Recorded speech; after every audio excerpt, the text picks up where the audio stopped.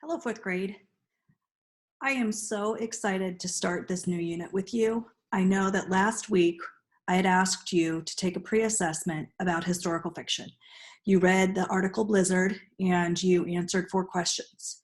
Now we're going to get into the real work of what is historical fiction. And as you know, this is my favorite genre. I think it's my favorite genre because it's set in time that the characters had to overcome tragedy. You're taken to places where your real life might not, we don't have these experiences of war, slavery, famine, dust bowls, just terrible situations that these characters have had to come through. And I think for me, I like historical fiction because it's real life. Our lives don't always end perfectly. There's trouble. We have to struggle. And so for me, I love to see characters that develop under bravery and hard times. You see them overcoming tremendous challenges, and quite frankly, I have to tell you, some of these books, your characters might pass away because that's real life. In real life, bad things happen. And historical fiction is a way of exploring it and learning more about it through a lens of a character who might overcome or who might not. So I had finished reading the book, We Are the Lucky Ones, and that was set in World War II.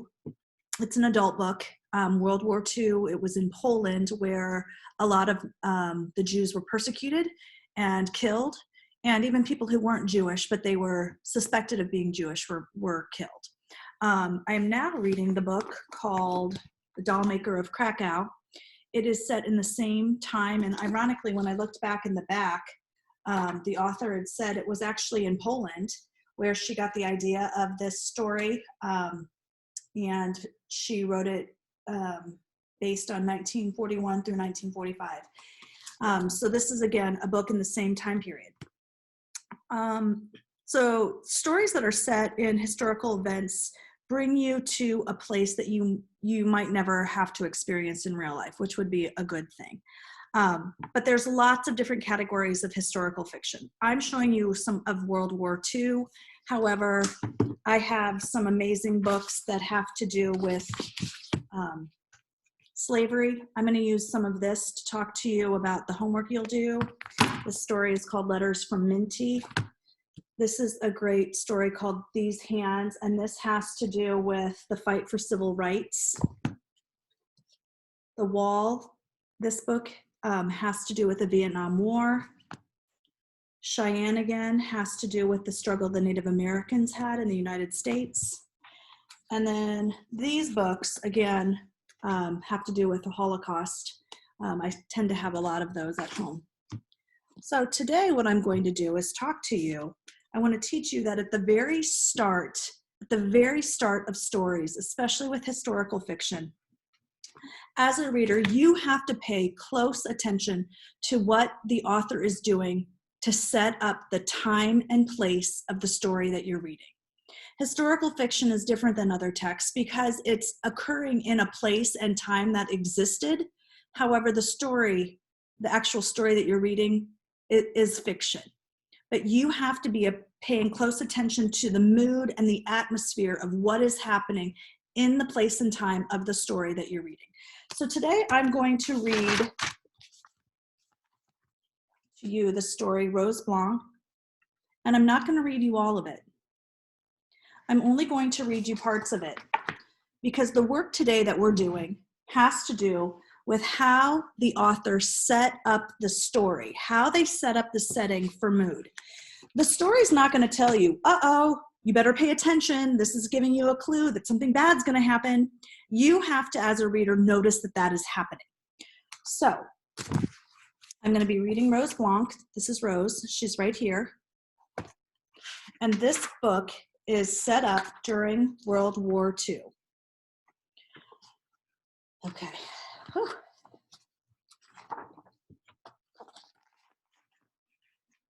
Picture. I wish you could be in front of me because the pictures are a clue to what is actually happening also in the story. So I hope you can see that. My name is Rose Blanc. I live in a small town in Germany with narrow streets, old fountains, and tall houses with pigeons on the roof. One day, the first truck arrived and many men left. They were dressed as soldiers. Winter was beginning.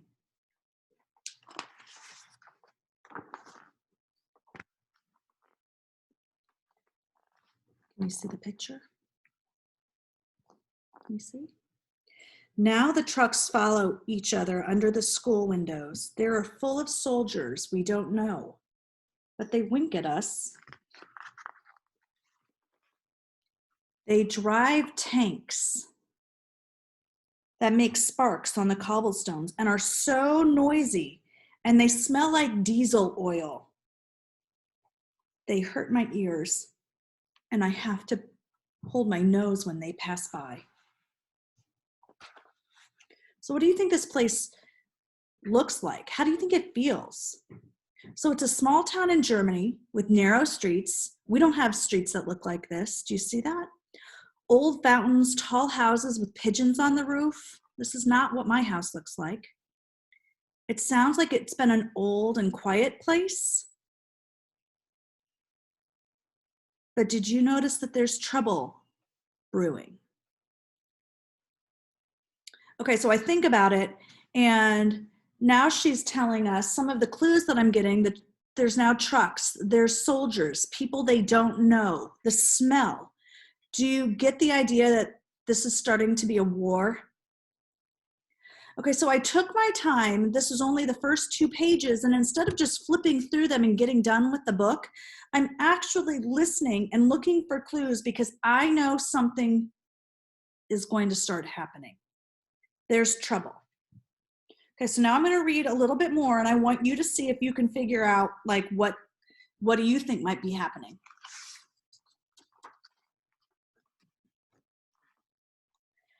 Sometimes it seems like things really haven't changed, but my mother wants me to be careful crossing the street between all the trucks. She says soldiers won't slow down.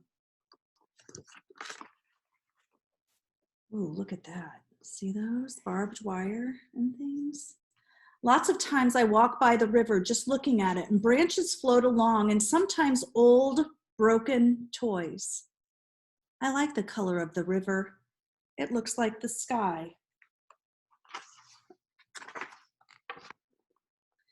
The trucks are fun to watch. We stand in the doorway as they pass, and we don't know where they're going, but we think they're going someplace on the other side of the river. One day, one of them stopped so that the soldiers could repair the engine.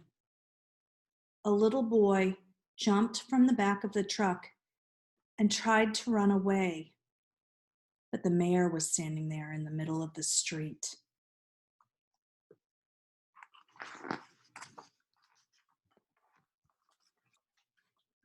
He grabbed the little boy by the collar. Okay, so do you see this little boy and this man? This soldier with this gun. Do you see? And they're not, it doesn't look like they're helpers.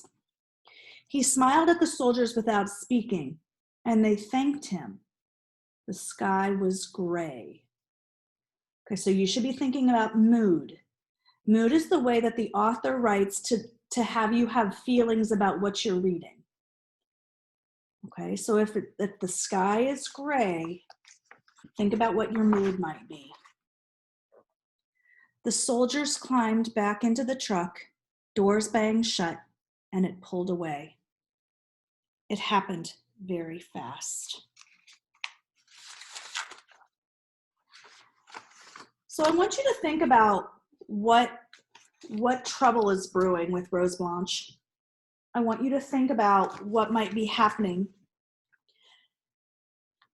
So some people might think that the war is getting closer. The soldiers aren't slowing down. A boy tried to jump off a truck and get away. Why would he be getting away unless he knows something bad's going to happen, right? okay? So when you look at the details, you have to describe how a place looks and also how it feels.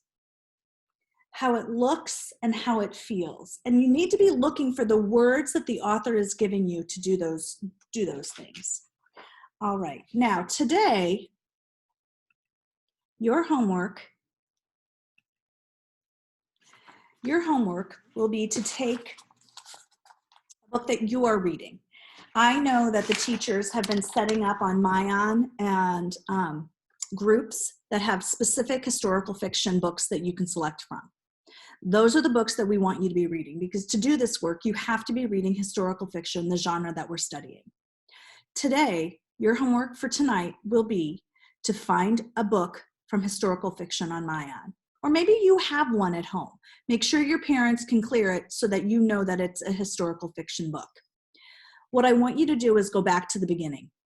And I want you to read it with a lens of, I am looking at how the author started this book. I want to see where this is taking place in time. I want you to write down clues and words that the author has given you so that you can understand, is trouble brewing? What is the problem? What is the mood? I have set up, I'm going to show you one that I've done. Okay. So this book, I ordered it on Amazon here just recently. It's called The Listeners. It's really, really beautiful. It doesn't have a lot of words in it, so for your work, I'd like you to pick an I Survived, a chapter book. Pick something that's a little more meaty because you're going to need time to do it. But this book is called The Listeners. And I started it with just the pictures on the front. See how there's not a lot of words? So for me, it says, it's still dark in the morning when the boss blows on the bugle and we're out of bed fast. I said, the author chooses to begin this story before dawn. There's a rooster there. It's not crowing yet. The sun's not even up. And look at their faces. They look grim, gloomy, sad. The mood is dark. Nobody is smiling. They're up fast because they want to be up before the boss blows his bugle, his horn.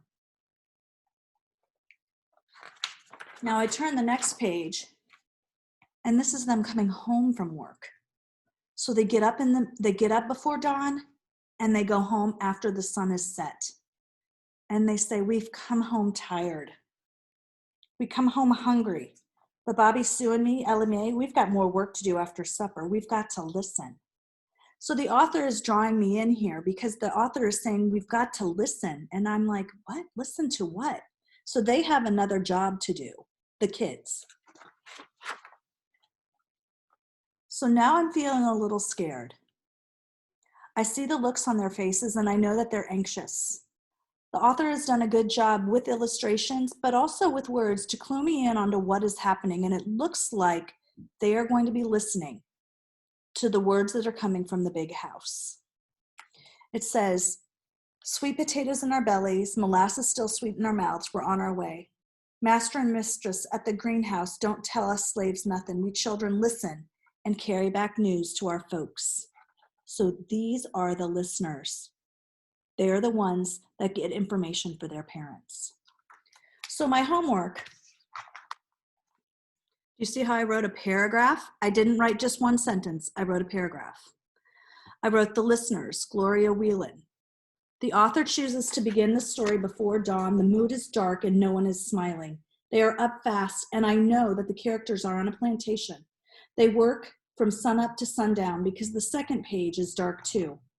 The author draws me in with the words, we've got to listen. And it's scary because now I know that the kids are the ones who have to find out what's happening. For tonight's homework, find a book from Mayan or find a chapter book that is historical fiction at home if you have one. Tonight's homework is to pay close attention to the work that an author does to establish the setting at the start of a book. I can't wait to hear about the books that you're reading, and I hope you like historical fiction as much as I do.